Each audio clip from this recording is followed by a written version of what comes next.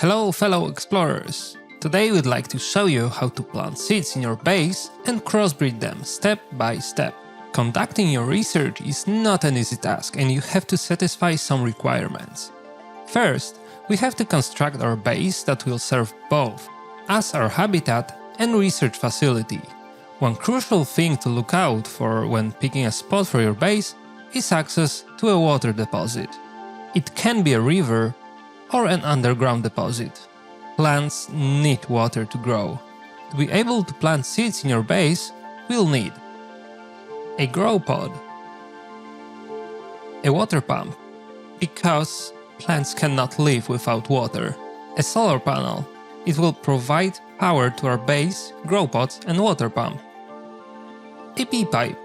This structure funnels bees into the lab.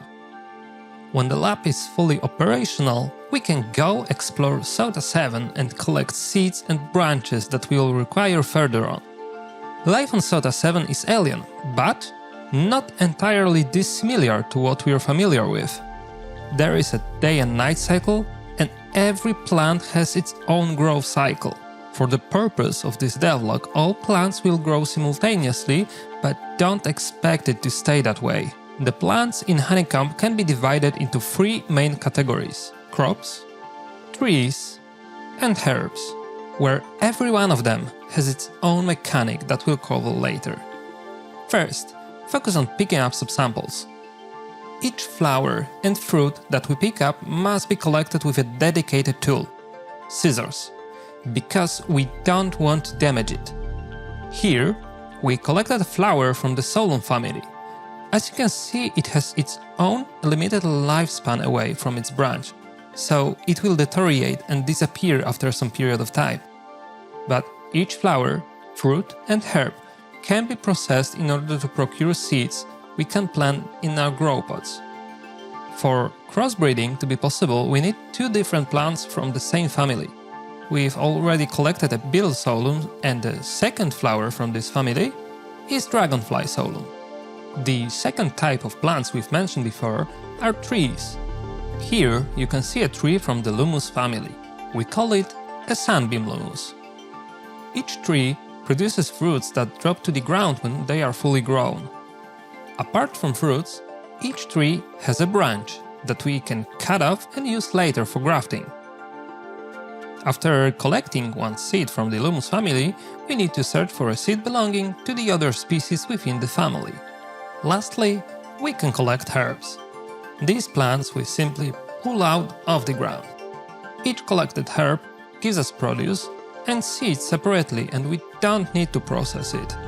Today, we'll collect sour and sweet tarax, and maybe observe some camellias. Now, let's go back to our base. We can select the seeds from inventory and plant two different flower seeds from the same family in one grow pod.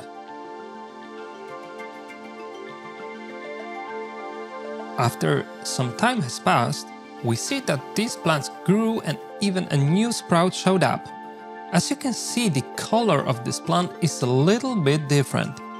We created our first hybrid plant that is a cross between two naturally occurring plants we collected earlier. The new flower looks different and its properties are different.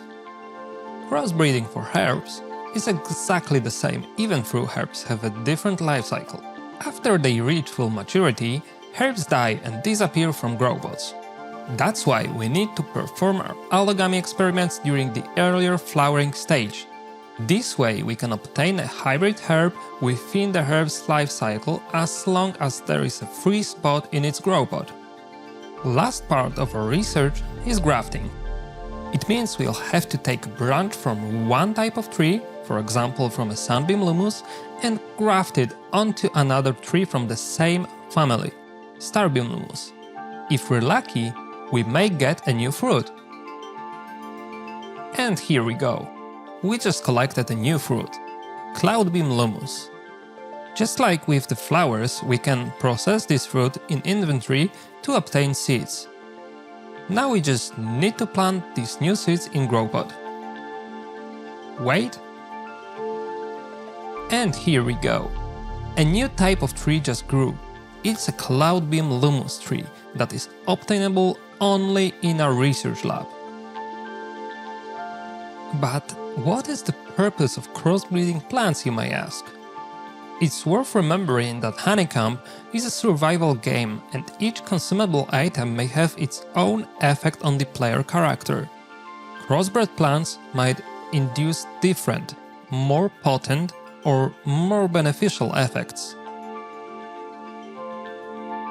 There is one more thing we'd like to cover in this devlog, and it's changing the soil and fertilizing your plants. Using different soil and fertilizer allows us to influence the quantity of flowers, fruits and crops that we'll be able to harvest in the future. Useful in a survival situation where optimization can make or break your best laid plans.